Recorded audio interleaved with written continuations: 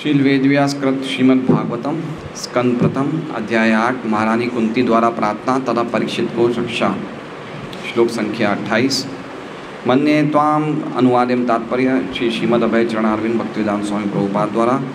मन्ये त्वाम कालम ईशानम अनादि निधनम विभुम समम चरंतम सर्वत्र भूतानाम्यन्वितः कलिः।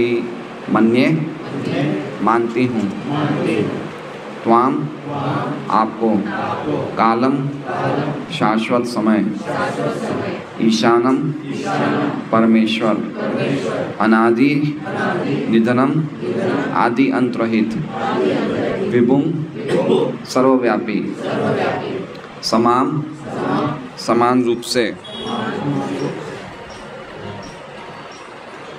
मोबाइल बंद कर दीजिए।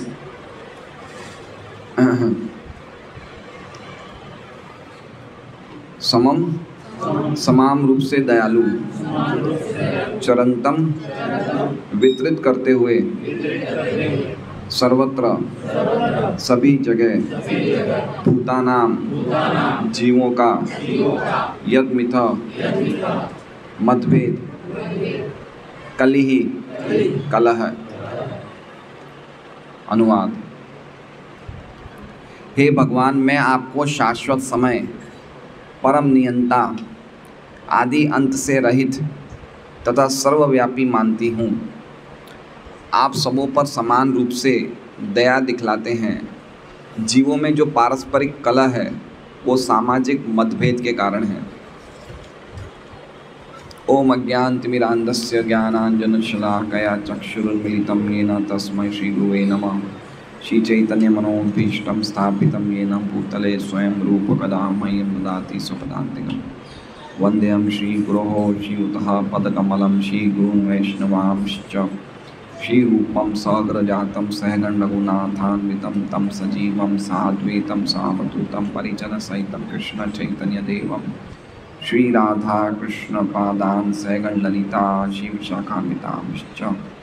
श्री कृष्ण चैतन्य प्रभु नित्यानंद श्री अद्वैत गदाधर श्रीवासादि गौर भक्तवृंद। हरे कृष्णा कृष्णा कृष्णा हरे हरे, हरे राम राम राम हरे। सभी भक्तों को प्रणाम। भागवतम क्लास हमारा 24 घंटे का सबसे धनवान समय है, धन कमाने का समय है। जैसे दुकानदार का समय होता है सुबह 10 से लेकर रात के 8 बजे तक, ऐसे हमारा समय क्या है, सुबह 7:45 से 9:15 बजे तक। तो यहाँ पे भागवत रूपी धन अमृत बरस रहा है, जो लेना चाहें ले सकते हैं। तो कल हमने देखा कैसे कुंती महारानी भगवान के अलग अलग गुण प्रस्तुत करती हैं। आप अकिंचन विद्याय है, फिर कौन सा गुण है, शांताय है, आत्मा रामाय है, निवृत्त गुणवृत्ताय है और केवल ये पते हैं। तो आत्मा अकिंचन वित्ताय, हम खाली रिवीजन कर रहे हैं 2 मिनट का। अकिंचन वित्ताय मतलब जिसके पास इस जगत का कुछ भी नहीं है, भगवान उनके धन हैं। और दूसरा अर्थ ऐसा है कि जो भगवान जिसका इस जगत में सब कुछ है, लेकिन वो अपने भक्तों के अलावा कुछ भी अपना नहीं मानते हैं। निवृत्त गुणवृत्ता ये मतलब भगवान और भगवान के शुद्ध भक्त प्रकृति के 3 गुणों की वृत्तियों द्वारा प्रभावित नहीं होते हैं। वो प्रकृति के 3 गुणों के प्रभाव से हमेशा निवृत्त रहते हैं। निवृत्ति का एक अर्थ रिटायरमेंट भी होता है। हम बोलते हैं निवृत्ति प्राप्त कर लिए, रिटायरमेंट हो गए। तो प्रकृति के 3 गुणों से रिटायर्ड हैं वो लोग, उनको कोई प्रकार का प्रभाव प्रकृति के 3 गुण नहीं करते हैं। आत्मा रामाय का अर्थ ये बताया था हमने कि किस प्रकार भगवान अपने ही स्वरूप से प्रकट आनंद में रमण करते हैं, अपने आप में रमण करते हैं। उन्हें किसी और से सुख प्राप्त करने की आवश्यकता नहीं है। या फिर एक अर्थ ये भी समझ सकते हैं, भक्ति उनकी आत्मा है तो अपने भक्तों में ही वो रमण करते हैं, आत्मा रामाय। और शांताय मतलब भगवान को कोई भी चीज़ का अभाव नहीं है, इसलिए वो शांत हैं। हमें भूख प्यास काम क्रोध लोभ ये सब चीज़ें सताती है, इसलिए हम अशांत हैं। इसलिए भगवान शांत हैं, क्योंकि भगवान को कोई भी प्रकार के वेग परेशान नहीं करते हैं। हमें वेग परेशान करते हैं। पता है कौन से वेग हैं? वाचो वेगम, मनस क्रोध वेगम, जीवा वेगम, उदर उपस्थ वेगम। वाणी का वेग, जीवा का वेग, उदर का वेग, उपस्थ का वेग। तो इनको भगवान ये वेगों से रहित हैं, या 6 उर्मियों से रहित है। उर्मी मतलब जो समुद्र की तरंगे हैं, समुद्र की लहरें हैं। तो इस प्रकार की 6 लहरें हैं जिससे हर एक बद्ध जीवात्मा प्रभावित है। शोक, मोह, भूख, प्यास, बुढ़ापा और मृत्यु। और भगवान इन 6 चीज़ों से रहित हैं, इसलिए भगवान को शांताय कहा गया है। और केवल्य पतये मतलब वो केवल्य देने वाले हैं। जो व्यक्ति अद्वैतवादी हैं, जो अपने अस्तित्व को रखना नहीं चाहते हैं। भक्त लोग अपने अस्तित्व को रखना चाहते हैं या मिटाना चाहते हैं? भक्त अपनी पर्सनैलिटी को रखना चाहते हैं मृत्यु के बाद भी। सनातन रूप से भक्त अपने अस्तित्व को रखना चाहता है, इसलिए वो कभी भी भगवान से एकाकार नहीं होना चाहता है। हम देखते हैं कभी कभी कुछ साधु संतों के आगे लिखा रहता है ब्रह्मलीला, क्या लिखा है? ब्रह्मलीन। और कोई साधुओं के आगे लिखा रहता है नित्य लीला प्रविष्टि। तो उनमें अर्थ है, दोनों में भेद है। ब्रह्मलीन मतलब जो भगवान में एक होना चाहते हैं, उनके आगे लिखा जाता है ब्रह्मलीन। मतलब वो अपने अस्तित्व को नहीं रखना चाहते, वो भगवान में समाविष्ट होना चाहते हैं। लेकिन जो शुद्ध भक्त होते हैं वो नित्य लीला प्रविष्ट, वो भगवान में की लीलाओं में प्रवेश करके भगवान से आदान प्रदान करना चाहते हैं। 2 अस्तित्व, भक्ति मार्ग में 2 अस्तित्व है, भक्त और भगवान। शुष्क ज्ञान मार्ग में एक ही अस्तित्व है, खाली सर्वव्यापी परमात्मा, जिसमें व्यक्ति मिलना चाहता है।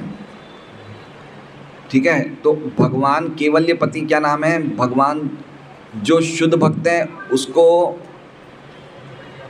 अपना धाम देते हैं, इसलिए उनका नाम केवल्यपति है।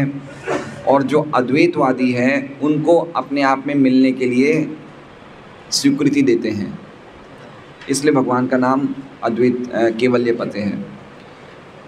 अब आगे आज कुंती महारानी क्या कह रहे हैं? आज मतलब पहले, आज तो हम बोल रहे हैं। तो कुंती महारानी के लिए मन्ये मतलब मैं मानती हूँ। मन्ये मतलब मैं मानती हूँ। तो मैं क्या मानती हूँ? त्वाम, आपको। मैं आपको मानती हूँ। क्या मानती हूँ? आप काल हैं। आप क्या हैं? आप काल हैं। आप खाली मेरे भतीजे नहीं हैं, आप काल हैं। और काल के साथ, काल मतलब समझ रहे हैं? काल मतलब समय। तो भगवान काल रूप में हर चीज़ को कंट्रोल कर रहे हैं, इसलिए आप ईशानाम हैं। ईशानाम मतलब नियामक, परमेश्वर। आप काल के रूप में हर एक चीज़ को कंट्रोल कर रहे हैं।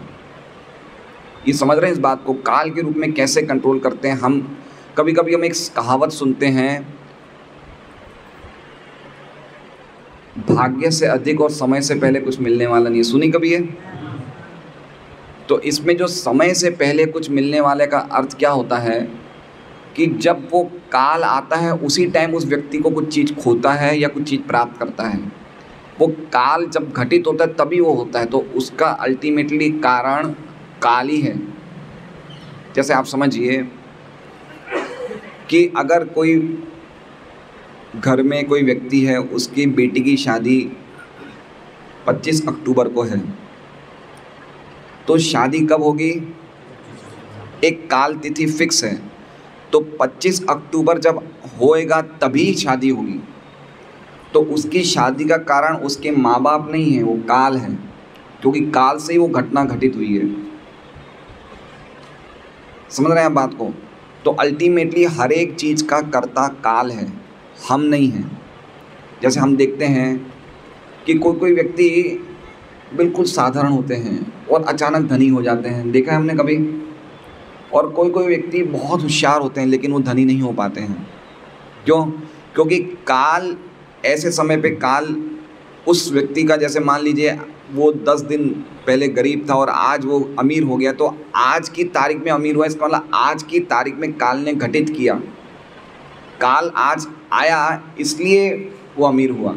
तो काल ही व्यक्ति को अमीर बनाता है, काल ही व्यक्ति को गरीब बनाता है, काल ही व्यक्ति के जीवन में दुख लाता है, काल ही व्यक्ति के जीवन में सुख लाता है, काल ही व्यक्ति को अलग करता है, काल ही व्यक्ति को एक साथ करता है। ये सब काल के कारण हो रहा है।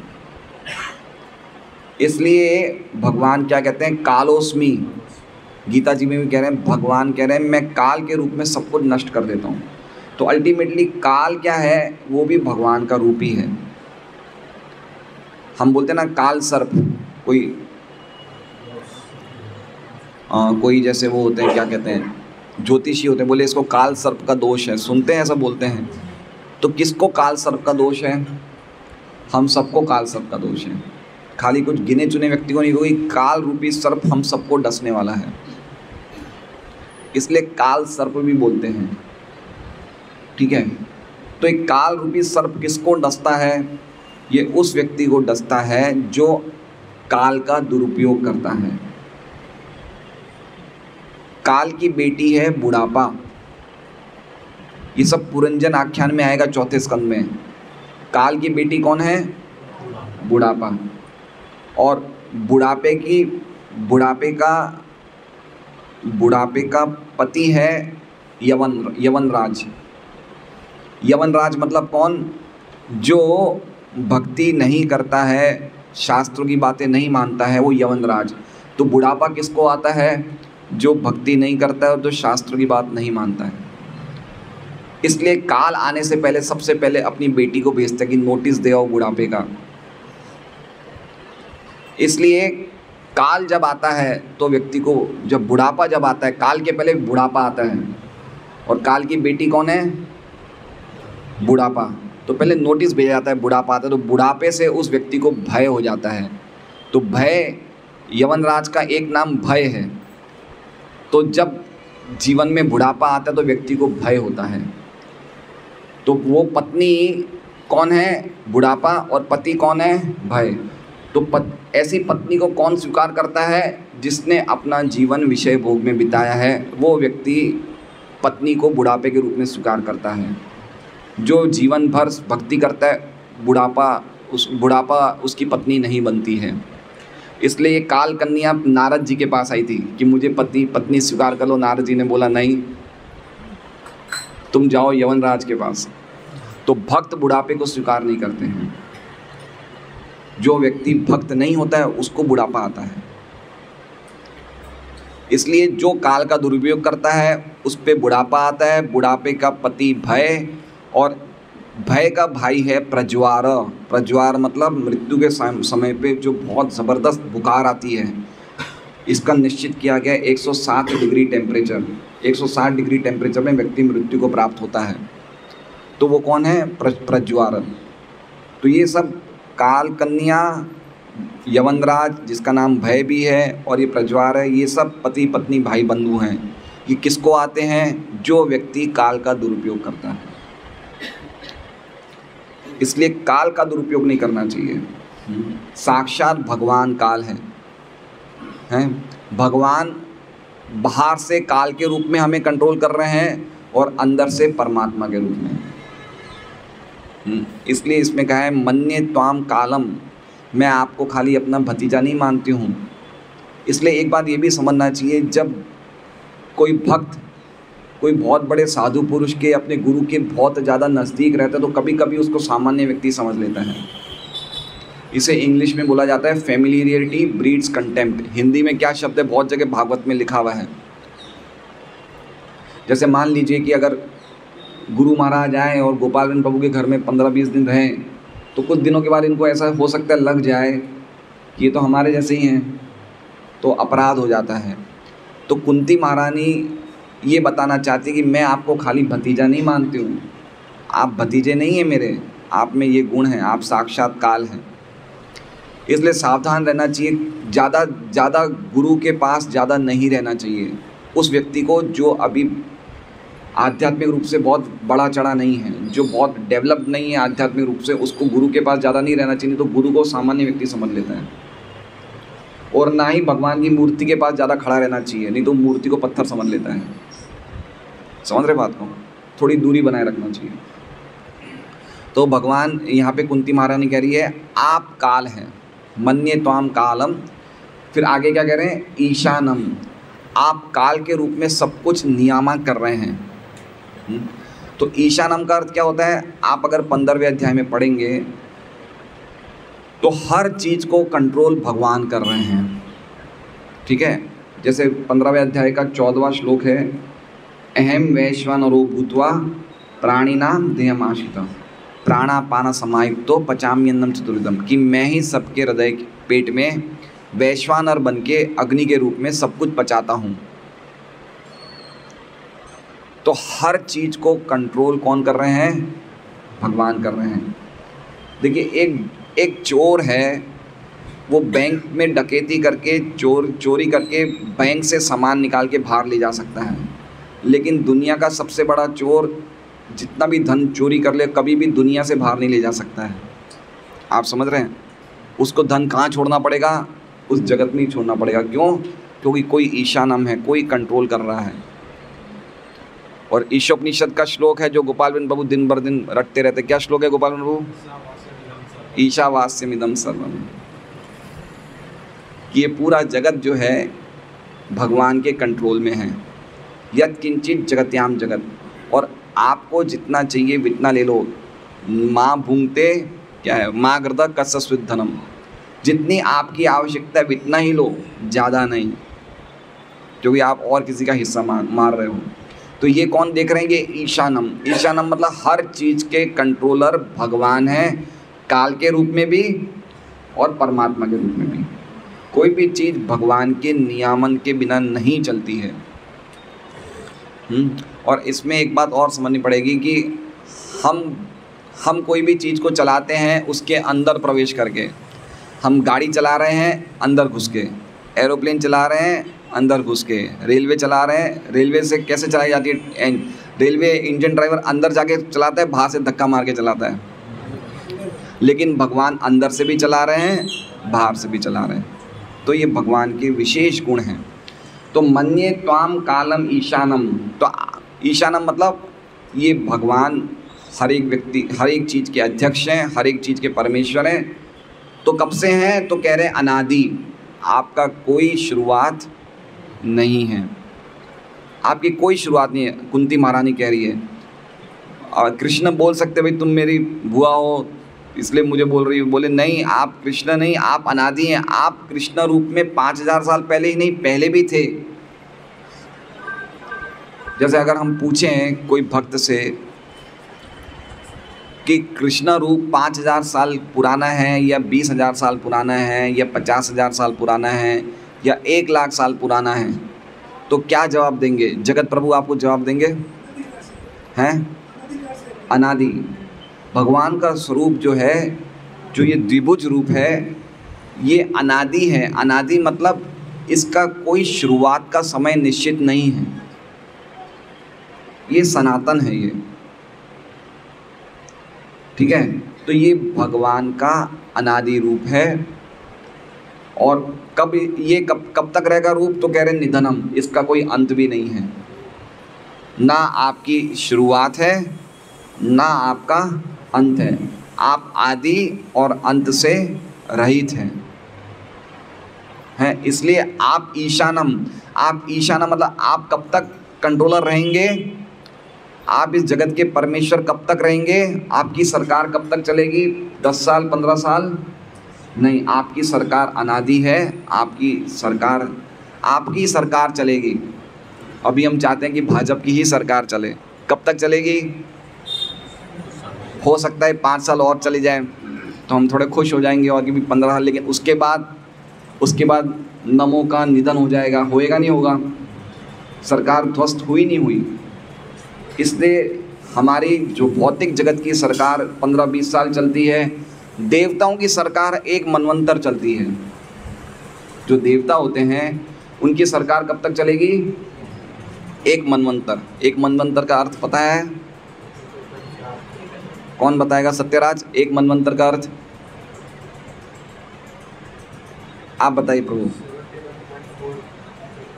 हाँ, 71.4 चतुर्युग। एक देवता का, देवताओं का, ब्रह्मा और मनु का इतने समय तक राज्य चलता है। ठीक है, तो अभी कौन सा मनवंतर चल रहा है? अभी ये वैवस्वत मनु का राज्य चल। अभी देखिए कोई पंडित जी पूजा पाठ कराने वो सब बोलते हैं वैवस्वत मनवंतरा काले, ये सब बोलते हैं वो, जम्बू द्वीप। तो अभी 71वां मनवंतर चल रहा है। तो अभी जो इंद्र हैं वो इसके बाद वाले मनवंतर में इंद्र कौन हो जाएंगे? वामन देव इंद्र हो जाएंगे, जो अभी नीचे हैं। तो देवताओं को भी राज्य जो है वो हमेशा नहीं रहने वाला, एक काल के बाद उनका राज्य भी नष्ट हो जाएगा। 71 चतुर्युग के बाद, एक चतुर्युग में कितने, एक चतुर्युग में 43,20,000 साल होते हैं। तो 71 चतुर्युग में करीबन 30 करोड़ साल हुए। तो देवताओं का राज्य इतना चलता है, लेकिन उसके बाद उनकी भी सरकार नष्ट हो जाएगी। इसलिए देवताओं की जो पूजा करते हैं, जब देवता ही नहीं रहने वाले तो वो पूजा करने वालों का क्या होगा? इसलिए भगवान गीता जी में कहते हैं कि अंतवत्तु फलम तेषाम तद्भवत्यल्पमेधसाम। जो देवताओं की पूजा करते हैं वो कम बुद्धिशाली हैं, उनमें बुद्धि कम है उनमें, क्योंकि वो भी अंततः खत्म होने वाले हैं, उनका भी निधन होने वाला है। वो अनादि निधनम नहीं है, भगवान अनादि निधनम है। तो मन्ये मैं आपको मानती हूँ, आप काल हैं, आप ईशानम हैं, अंत और आदि के, अंत आदि और अंत के रहित हैं, और आप चूँकि आदि और अंत के रहित हैं इसलिए आप विभु हैं। विभु मतलब आप सर्वव्यापी हैं। विभु का अर्थ मतलब सबसे महान, सबसे बड़े, ग्रेटेस्ट, सबसे महान। इसलिए आप हर जगह हैं, सर्वव्यापी मतलब कोई भी ऐसी जगत में जगह चीज़ नहीं है जिसमें आप नहीं हैं या जहाँ आपका अस्तित्व नहीं है, और आप में ही सब कुछ है, आप में ही सब कुछ है और आप ही सब जगह हैं। इसलिए भक्तों को हमेशा ये चीज़ देखनी चाहिए कि हर चीज़ भगवान में है, हर चीज़ भगवान में है और भगवान सब चीज़ों में है। ये भक्तों का विजन होना चाहिए। तो आप सर्वव्यापी हैं, आप विभु हैं, और हम कौन हैं? हम अणु हैं, हम बहुत छोटे हैं, हम बहुत कमज़ोर हैं। यद्यपि हैं हम भगवान के अंश, लेकिन फिर भी हमारी जो क्वांटिटी है इतनी छोटी है कि हम बुझ जाते हैं। समझ रहे हैं? बुझने का मतलब जैसे शास्त्रों में बताया कि जैसे अग्नि होती है, भगवान क्या है? अग्नि है, और हम कौन हैं? हम चिंगारियां हैं। तो चिंगारी तब तक ही जली हुई रहेगी जब तक अग्नि में रहेगी, और अग्नि से बाहर ही चिंगारी निकलती है। जैसे कभी कभी देखते हैं हम लोग, कभी कुछ फटाके फोड़ते तो चिंगारियाँ, वो क्या बोलते हैं उसे, फुलझड़ी चिंगारियाँ निकलती है, हमारे सर पे गिरती है तो थोड़ा सा छेद हो जाता है, लेकिन फिर वो बुझ जाती है। तो हम चिंगारियां हैं, हम अणु हैं। इसलिए जब तक हम कृष्ण के साथ कांटेक्ट रखेंगे तब तक ही हम जीवित रहेंगे। जीवित मतलब तब तक ही हम अपने अस्तित्व में रहेंगे, और जैसे ही हमने कृष्ण से हम अलग हो गए, हम इस भौतिक जगत में संघर्ष करते हैं। इसलिए भगवान इस प्रकार से संघर्ष नहीं करते हैं, भगवान हर स्थिति में विभु रहते हैं। हम तब तक ही पक्के बने रहेंगे जब तक हम संपर्क कृष्ण के साथ रखते हैं। कृष्ण को भूलते ही हम लोग तुरंत बुझ जाते हैं, इसलिए हमें कहा गया अणु। इसलिए हमेशा कृष्ण के साथ संपर्क बनाए रखना चाहिए। हरे कृष्णा कृष्णा कृष्णा हरे हरे, हरे राम राम राम हरे। तो आप विभु हैं, आप सब जगह हैं, आप सर्वव्यापी हैं। फिर आगे कह रही हैं समम चरंतम सर्वत्र। समम मतलब समान रूप से, चरंतम मतलब विचरण करते हैं, या प्रभुपाद अर्थ लिखते हैं। चरंतम मतलब एक तरह से विचरण करना, लेकिन प्रभुपाद अर्थ लिखते हैं, बहुत अच्छा अर्थ दे रहे हैं प्रभुपाद लिख रहे हैं वितरित करते हुए। अच्छा, समम में बता रहे हैं समान रूप से दयालु, मतलब प्रभुपाद कहना चाहते हैं समम चरंतम मतलब आप समान रूप से अपनी कृपा सबको वितरित करते हैं। कहाँ वितरित कर रहे हैं? सर्वत्र, सब जगह, या आप सब जगह व्याप्त हैं, आप सब जगह विचरण करते हैं, या प्रभुपाद जी कह रहे हैं कि आप सब पर समान रूप से दया वितरित करते हैं। ठीक है, ये मैं आपको मानती हूँ, ऐसा कह रही कुंती महारानी, मैं आपको मानती हूँ, ये मेरा मानना है। कुंती महारानी क्या कह रही है, ये मेरा रियलाइजेशन है, ये मेरा मानना है कि आप काल हैं, आप परमेश्वर हैं, आप आदि और अंत से रहित हैं, आप विभु हैं, और आप अपनी दया दिखलाने में सबको समान रूप से आप अपनी दया वितरित करते हैं। तो कोई पूछ सकता है कि भाई आपस में इतने धर्मों में झगड़ा क्यों, या लोगों में भेदभाव क्यों? तो क्या कह रहे हैं, भूतानाम, भूतानाम मतलब जीवों में या प्राणियों में, यन मिथा मतलब जो परस्पर, मिथा मतलब परस्पर, जो आपस में, यन मिथा मतलब जो आपस में या जो परस्पर, भूतानाम यन मिथो कली, जो भूतों में आपस में कलह होती है या जो आपस में उनमें वैषम्यता होती है, उसके कारण भगवान नहीं है, उसके कारण उनकी खुद की भ्रांत धारणा है, क्योंकि वो भगवान की भावनाओं से रहित है। तो इसमें प्रभुपाद जी लिखते हैं, जीवों में जो पारस्परिक कलह है वो सामाजिक मतभेद के कारण है। कुंती महारानी ये कहना चाहती है कि ऐसा नहीं है कि आप पक्षपात कर रहे हैं, ऐसा मत समझना कि हे कृष्ण आप पक्षपात कर रहे हैं, आप अपनी कृपा सब पे समान रूप से वितरित करते हैं। लेकिन जो व्यक्ति भूतानाम यन मिथो कली का मतलब, कोई व्यक्ति गरीब है, कोई अमीर है, कोई लंगड़ा लूला है, कोई बिल्कुल स्वस्थ है, कोई बिल्कुल कुरूप है, कोई बिल्कुल सुंदर है, ये जो आपस में जो भेद हैं इसके कारण आप नहीं हैं, इसके कारण हम ही हैं। भूतानाम यन मिथो कली, या जो आपस में धर्म के नाम पे या जो कुछ भी आपस में व्यक्तियों के मतभेद हैं उसके कारण आप नहीं हैं, क्योंकि आप तो अपनी दया समान रूप से वितरित कर रहे हैं। तो उसमें एक एग्जाम्पल ये दिया जाता है कि सूर्यदेव हैं, सूर्यदेव तो सबको प्रकाश दे रहे हैं, ठीक है। तो सूर्यदेव प्रकाश किस किस को दे रहे हैं, अभी हम वो विश्वनाथ चक्रवर्ती ठाकुर जी के उसमें आएंगे, बताएंगे उसमें किस प्रकार बताया। तो पॉइंट ये कहने का है कि व्यक्ति के आपसी मतभेद का कारण भगवान नहीं है, वो खुद ही है अपने कर्मों से। या समझ लीजिए कि जीवन में हमारे पे जो दुख आ रहे हैं या जो कष्ट आ रहे हैं, या किसी के जीवन में जो सुख आ रहे हैं या जो उसके जीवन में जो सुख सुविधाएं आ रही है, वो उसकी जवाबदारी भगवान की नहीं है, वो खुद अपने कर्मों से आ रहे हैं। लेकिन भगवान तो सबको समान रूप से ही दे रहे हैं। ये गीता, अगर समान रूप से भगवान कृपा नहीं बांटे तो फिर वो भगवान कैसे हुए, फिर वो भगवान कैसे हुए? अगर उनमें विषमता है, अगर उनमें पक्षपात है तो फिर वो भगवान नहीं हुए ना, भगवान की क्वालिटी तो है नहीं। और गीता जी में भी भगवान कहते हैं समोहम सर्वभूतेषु, समोहम सर्वभूतेषु में न में द्वेषस्ति न प्रिय, ना मैं किसी से द्वेष करता हूँ और ना ही मुझे कोई प्रिय है। लेकिन ये भजन्ति तु माम भक्त्या मयि ते तेषाम्, लेकिन जो मेरा भजन करता है उसमें वो मेरे में और मैं उसमें हूँ। जैसे इसको एक उदाहरण समझिए, जैसे एक बाप के दो बेटे हैं, वो दोनों के प्रति समान है, लेकिन अब एक बेटा उनकी बहुत सेवा करता है तो उनका एक स्वाभाविक स्वभाव होगा कि उसके प्रति ज़्यादा उनकी लागणी होगी। ऐसा नहीं है कि वो कुछ पक्षपात कर रहे हैं। अब एक बेटा जो नहीं करता है सेवा, उसके प्रति उनका इतना स्नेह नहीं होगा जितना उस, क्योंकि वो आदान प्रदान कर रहा है ना। तो उसी प्रकार से भगवान सबके प्रति समान रूप हैं, लेकिन जो भगवान से आदान प्रदान करता है वो भगवान उसके साथ हो जाते हैं। जैसे गंगा जी का एग्जाम्पल समझ लीजिए। अब गंगा जी में विक्रम जी ने बोतल डाली पानी भरने के लिए, हम जानते हैं ना हरिद्वार में गंगा जल में बोतल में पानी भरते हैं, और मैंने बोतल डाली पानी भरने के लिए, गंगा जल भरने के लिए।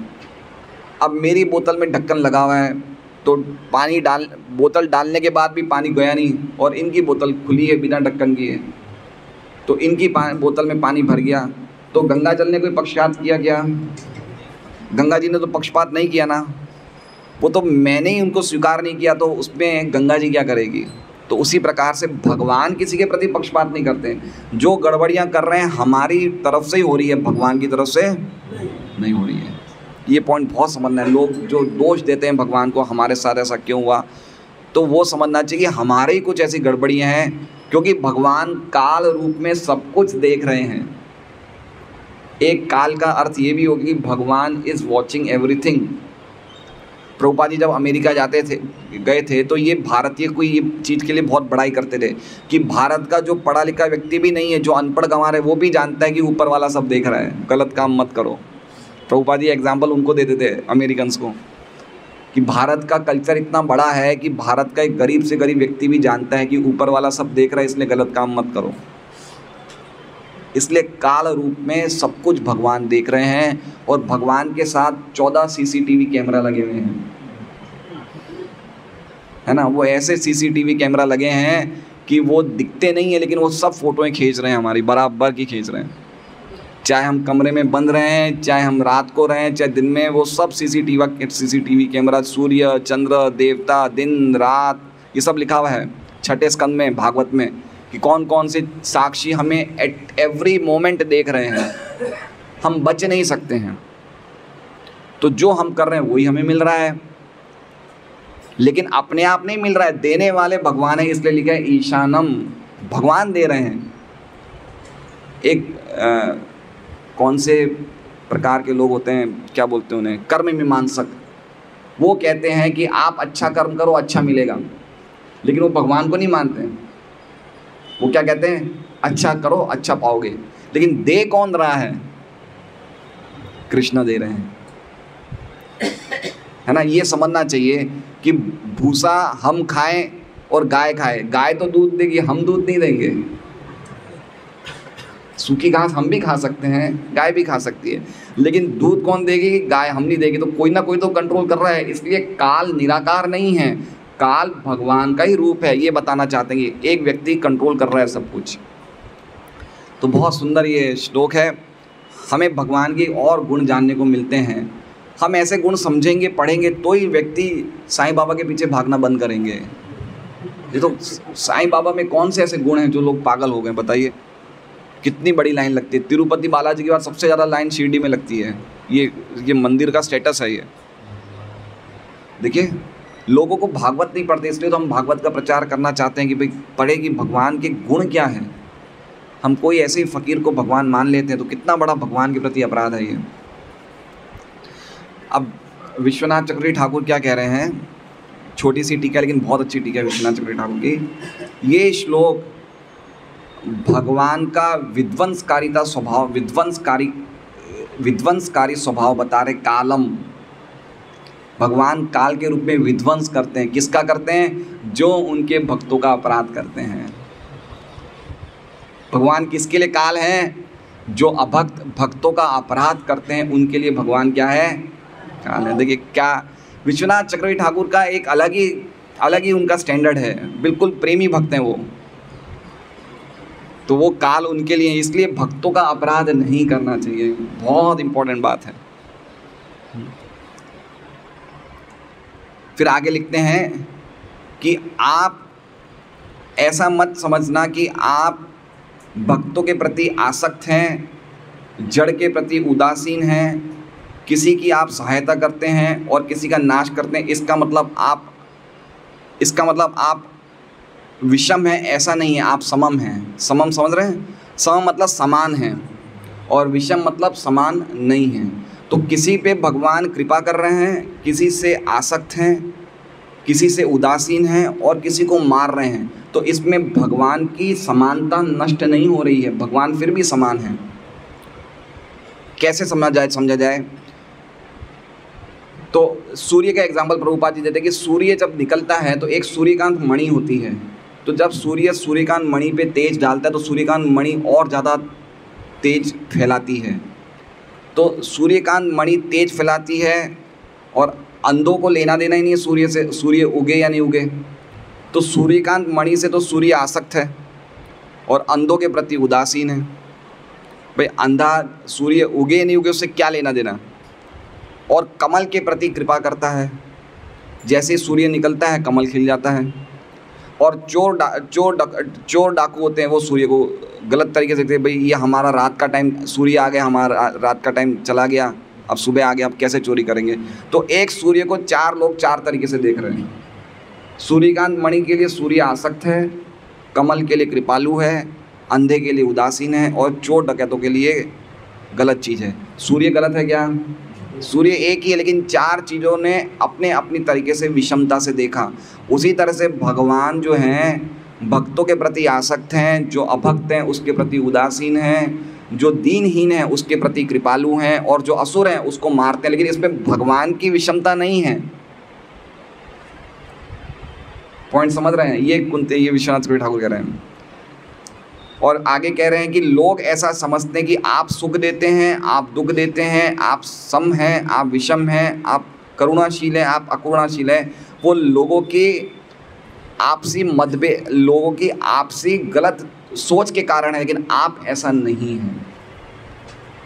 ऐसा ये कह रहे हैं विश्वनाथ चक्रवर्ती ठाकुर। कैसा है आज का श्लोक? कितना अच्छा श्लोक है, देखिए।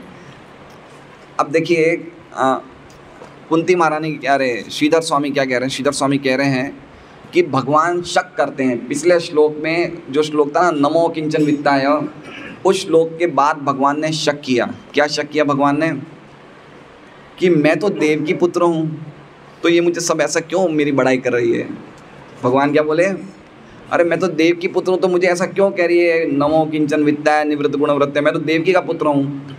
तो कुंती महारानी कह रही नहीं, आप देवकी के पुत्र नहीं हो, आप काल रूप हो, ये मैं मानती हूँ। और उसके लिए आप कारण बता रही है कि आप ईशानम हैं, मतलब नियंता हैं, आप अनादि निधनम हैं, मतलब आदि और अंत रहित हैं, और विभुम मतलब आप परमेश्वर हैं, और आप सब जगह समान रूप से दया देते हैं, समान रूप, सबके प्रति समान रूप से हैं। तो कृष्ण बोलते हैं तुम मेरे में समानता क्यों देख रही हो? मैं तो अर्जुन का सारथी था, मैं तो अर्जुन का सारथी था, मैं तो अर्जुन का ही सारथी बना, और तो किसी का नहीं बना, तो मैं कहाँ समान हूँ? मैं तो पक्षपाती हूँ। तो कह रही है नहीं, आप खाली निमित्त रूप से ऐसा लगता है कि आप प्राणियों में भेद करते हैं, लेकिन वो प्राणियों की गलतफहमी की वजह से भेद है, आप में कोई भेद नहीं है। जैसे एक मैंने पहले भी कहा था आपको, दुर्योधन एक बार कृष्ण को बोलते हैं, बोले आप तो मेरे समधी हैं, मेरी बेटी आपके बेटे को ब्याही है, और अर्जुन भी आपका रिश्तेदार है, लेकिन आप अर्जुन से ज़्यादा प्रेम क्यों करते हैं? मेरे से क्यों नहीं करते हैं? तो कृष्ण दुर्योधन को लेके जाते, बोले चलो मेरे साथ, और अर्जुन के पास लेके गए। और अर्जुन रात को सो रहे थे, और सोते सोते भी उनके शरीर से कृष्ण कृष्ण कृष्ण निकल रहा था। तो बोले मैं प्रेम नहीं करता, वो प्रेम करता, तो अपने आप ही मेरा प्रेम उसकी तरफ है। समझे बात को? तो पॉइंट ये कहना चाहते हैं कि कृष्णा सबके लिए 24 घंटे हैं। हम कितना कृष्णा के लिए टाइम दे रहे हैं, कृष्णा उसके साथ हमारे साथ है। आप समझ रहे बात को? कृष्ण ने सबको जीवा दी ही नहीं दी है, लंबी जीव दी है। तो हर एक जना हरे कृष्णा कृष्णा कृष्णा हरे हरे, हरे राम राम राम हरे। हम सबको दिए ना जीवा। गूंगे कितने होंगे? बहुत कम होंगे दुनिया में, बाकी सबको तो जीवा मिली है। तो सब कृष्ण नाम ले सकते नहीं ले सकते? अब सामने वाला व्यक्ति नहीं ले तो इसमें कृष्ण क्या करेंगे? सबको मनुष्य शरीर मिला है, सबको हाथ मिले, पैर मिले, आंखें मिली है। अब हम ही भगवान के पास नहीं जाए तो हम बोले कि भगवान ने हम पे कृपा नहीं करते हैं, आप पे कृपा करिए इसलिए आप भक्ति करते हैं। तो ये पॉइंट श्रीधर स्वामी यहाँ पे कह रहे हैं। अब प्रभुपाद जी का हम तात्पर्य पढ़ लेते हैं।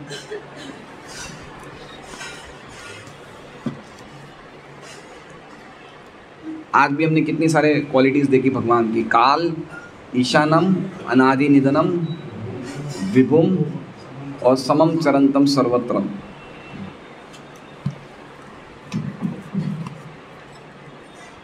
तो रोज़ ऐसे भागवत सुने, और इस तरह से रोज़ अगर प्रीति भोज प्रसाद का दोनों का मिलन हो तो कितना अच्छा। और क्या चाहिए हमें? स्वादिष्ट प्रसाद और भगवान की अमृतमय कथा, ये तो भक्तों का जीवन है। और क्या है? क्या टेंशन है भक्तों के जीवन में? तात्पर्य, कुंती देवी जानती थी कि कृष्ण ना तो उनके भतीजे हैं और ना उनके पितृकुल के सामान्य पारिवारिक सदस्य हैं। देखिए वही बात, श्रीधर स्वामी वाली बात आ गई। वे अच्छी तरह जानती थी कि कृष्ण आदि भगवान हैं, जो परमात्मा के रूप में प्रत्येक के हृदय में वास करने वाले हैं। कौन से रूप में वास करते हैं? कौन से विष्णु वास करते हैं हृदय में? 3 विष्णु में से कौन से विष्णु वास करते हैं? शिरोदक्षाई विष्णु।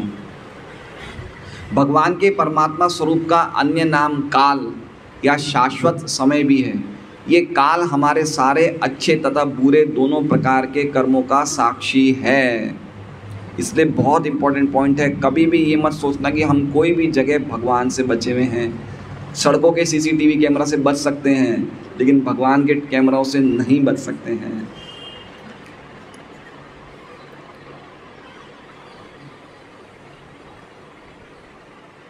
और इस प्रकार उनके द्वारा ही कर्म फल निर्धारित होते हैं।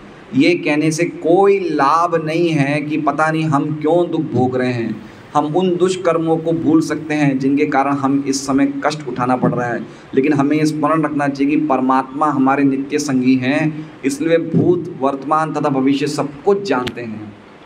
कहाँ लिखा है गीता जी में? वेदाहम समतीतानि वर्तमानानि चार्जुन भविष्याणि च भूतानि माम तु वेद न कश्चन। He knows everything. अर्जुन भी यही बात बोलते हैं कि आपने तो सूर्यदेव को, मैं कैसे मानूं कि आप सूर्यदेव तो आपसे बड़े हैं, आप तो मेरी उम्र के हैं। तो भगवान यही बात बोल रहे हैं कि बहुनी में व्यतीतानि, मेरे और तुम्हारे बहुत बार जन्म हो चुके हैं, लेकिन मैं सब कुछ जानता हूँ, तुम सब कुछ भूल चुके हो। तो कृष्ण सब कुछ जानते हैं। क्यों जानते हैं सब कुछ?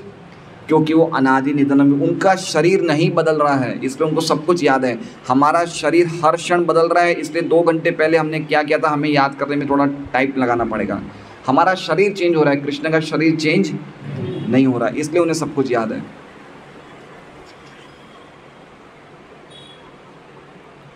चूंकि भगवान कृष्ण का परमात्मा स्वरूप ही सारे कर्मों तथा फलों को निर्धारित करने वाला है, अतः वे परम नियंता भी है। इसलिए इसका ईशानम का अर्थ बता रहे हैं प्रभुपाद जी। उनकी मर्जी के बिना एक पत्ती भी नहीं हिल सकती। जीवों को उनकी योग्यता के अनुसार स्वतंत्रता दी गई है, और इस स्वतंत्रता के दुरुपयोग के कारण ही दुख भोगना होता है। पॉइंट समझ रहे हैं आप? ये पॉइंट हमने नारद जी वाले पे बहुत चर्चा करी थी। हरे कृष्णा हरे कृष्णा। ये नारद जी का जो वो हुआ था, हरे कृष्णा, तो नारद जी को स्वतंत्रता मिली थी पूरे ब्रह्मांड में घूमने की। तो जितनी ज़्यादा हम भगवान की सेवा में लगेंगे, हमारी स्वतंत्रता बढ़ती जाएगी, और जितना ज़्यादा हम भगवान की सेवा को छोड़ के अपनी स्वतंत्रता का दुरुपयोग करेंगे, इतना ज़्यादा हम और ज़्यादा प्रकृति के नियमों में बंधते जाएंगे, है ना। इसलिए हम सोच रहे हैं कि हम कम कपड़े पहने, क्या ज़रूरत है हमें फैशन में बनना, लेकिन हमारी स्वतंत्रता कम हो रही है, बढ़ रही है। कम हो रही है, अगले जीवन में वृक्ष बन जाएंगे हम। वृक्ष एक जगह बंध गया, नहीं बंध गया, स्वतंत्रता खत्म हो गई वृक्ष की, है ना। हम कोई भी चीज़ का डिस्क्रिमिनेशन नहीं रखेंगे, क्या खाना चाहिए क्या नहीं खाना चाहिए, इस चीज़ का डिस्क्रिमिनेशन होना चाहिए कि ये चीज़ से हमारी बुद्धि आयु बढ़ने वाली, हमें ये खाना चाहिए।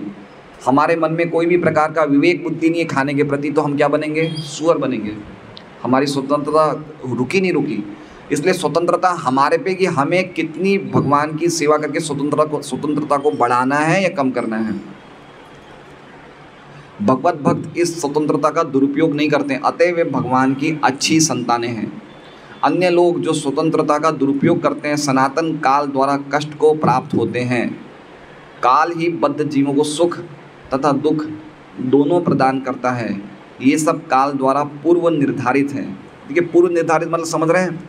पूर्व निर्धारित मतलब ऑलरेडी जन्म से ही हमारे सब सुख दुख सब कुछ फिक्स हो गए हैं, बस काल के आने पे सब कुछ प्रकट होंगे। काल का प्रभाव भौतिक जगत में ही है, आध्यात्मिक जगत में काल का प्रभाव नहीं है। काल है आध्यात्मिक जगत में, लेकिन प्रभाव नहीं है, प्रभाव भौतिक जगत में है। काल हमारी हर चीज़ को देख रहा है, और उसके हिसाब से समय आने पे हमें वो चीज़ें मिल रही है। करवा रहा काल ही कर रहा है, सब करने वाला काल है, हम खाली निमित्त हैं। जिस प्रकार हमारे न चाहने पर भी दुख आते हैं, उसी प्रकार बिना मांगे सुख भी मिल सकता है, क्योंकि सुख दुख काल द्वारा पूर्व निर्धारित है। वापस उसी बात को बोल रहे प्रभुपाद जी। अतः भगवान का न तो कोई मित्र है न शत्रु, प्रत्येक व्यक्ति अपने ही भाग्य फल का सुख दुख भोग रहा है। ये भाग्य जीवों द्वारा सामाजिक संघर्ष करते हुए निर्मित होता है। समझ रहे हैं? ये सामाजिक संघर्ष, यन भूतानाम यन मिथो कली, हमने अपने मतभेद के कारण, संघर्ष के कारण अपने सुख दुख निर्मित किए हैं। भगवान इसमें दोषी नहीं है। यहाँ प्रत्येक व्यक्ति प्रकृति पर प्रभुत्व जताना चाहता है, अतः प्रत्येक व्यक्ति भगवान की अध्यक्षता में अपना भाग्य बनाता है। चूँकि भगवान सर्वव्यापी हैं, अतः वे हर एक के कर्मों को देख सकते हैं, और चूँकि भगवान का कोई आदि अंत नहीं है, अतः वे शाश्वत समय अर्थात काल भी कहलाते हैं। गीता जी में बहुत जगह भगवान कहते हैं मृत्यु सर्वहरश्चाम, कि मैं ही मृत्यु के रूप में सब कुछ हर लेता हूँ, कालोस्मि। तो इस प्रकार से ये प्रभुपाद जी का तात्पर्य हमने संपूर्ण किया। श्रीमद् भागवतम की जय। कोई प्रश्न है तो पूछ सकते हैं।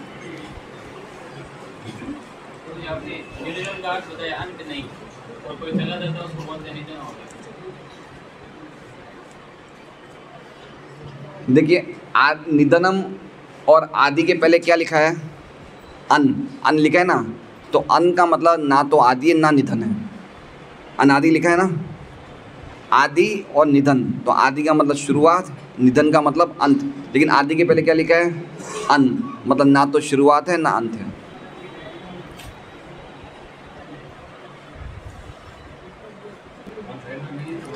काल ही हमारा प्रारब्ध निश्चित करता है, काल से ही हमारा प्रारब्ध बनता है। हम कुछ कार्य करते हैं, काल देख रहा है और काल उससे हमारे सुख दुख निश्चित कर देता है और वही सुख दुख हमारे प्रारब्ध बन जाते हैं। इसलिए हम, हाँ सही बात है, और हो सकता है कि इस जन्म का अगले जन्म में नहीं, कुछ जन्मों के बाद भोगना पड़े।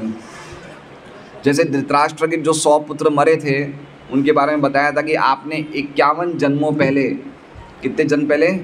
51 जन्मों पहले बहुत सारी चिड़ियों के समूह का शिकार किया था और इसलिए आपके 100 पुत्र मरे हैं। तो ऐसा निश्चित नहीं है कि हमें इस जन्म में किया हुआ अगले जन्म में मिलेगा। मिलेगा तो सही, लेकिन अगले में मिलेगा 10 जन्म के बाद मिलेगा वो निश्चित नहीं है, लेकिन मिलना तो निश्चित है।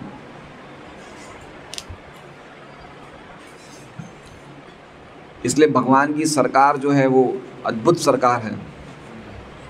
ये एक्चुअली में बताया गया, इसी पॉइंट पे सब कुछ बताया गया। ये श्लोक इसी पॉइंट पे है कि हमें गलत काम नहीं करना चाहिए। अगला जीवन है, काल के रूप में हर एक चीज़ भगवान कंट्रोल कर रहे हैं और भगवान को हमारे सुख दुख के लिए भगवान को दोषी नहीं ठहराना चाहिए। पॉइंट है, पता का होने के बाद भी गलत काम करता है तो उसकी सज़ा ज़्यादा है। जैसे एक दीवार पे लिखा है कि पेशाब करना वर्जित है। अब 5 साल का बच्चा पेशाब कर देगा तो हो सकता है उसकी सज़ा कम हो, लेकिन 25 साल का जवान व्यक्ति पेशाब करेगा तो उसकी सज़ा ज़्यादा है। तो जानने के बाद जो गलत करे वो और भी ज़्यादा वो दोषी ठहराया जाता है। हाँ, वो मज़े करते हैं। हिरण्यकश्यप ने भी किया था, तो उसमें बताया है कि हिरण्यकश्यप इतने, भगवान कुछ समय तक अपराधियों को और आसुरी स्वभाव वालों को कुछ समय तक खेलने देते हैं कि खेल लो बेटा, और उसके बाद भगवान उनका हिसाब किताब करते हैं। करेंगे सबका, उसका एक काल निश्चित है कब आएगा वो, लेकिन होगा ज़रूर। हम नहीं देख सकते हैं लेकिन होता है। हिरण्यकश्यप भाई कोई गलत काम करके मज़े लेते हैं, कितने समय लेते हैं हम क्या देखते हैं?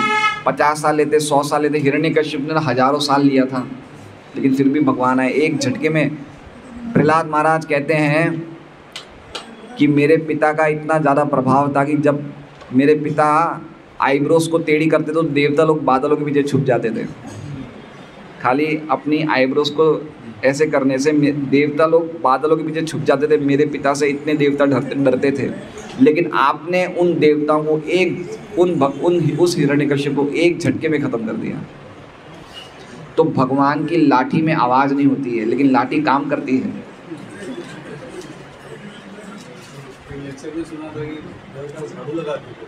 हाँ, देवता झाड़ू मारते थे।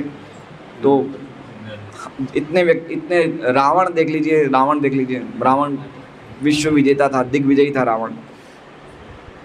लेकिन ऐसे व्यक्तियों का भी अंत आता है, तो हम सब की तो क्या कोई वो है, वो ही नहीं, हम किस खेत की मूली हैं। और इस जीवन में भी हम देख सकते हैं कुछ लोग जो आज से 30-40 साल पहले भी हम देख लेते, कुछ लोग ऐसे बड़े बड़े धनी व्यक्ति थे जो लोग गंदी आदतों से बिगड़ गए, आज उनका सर्वनाश हो गया, आज उनका नामो निशान नहीं है। तो काल तो किसी को नहीं छोड़ेगा।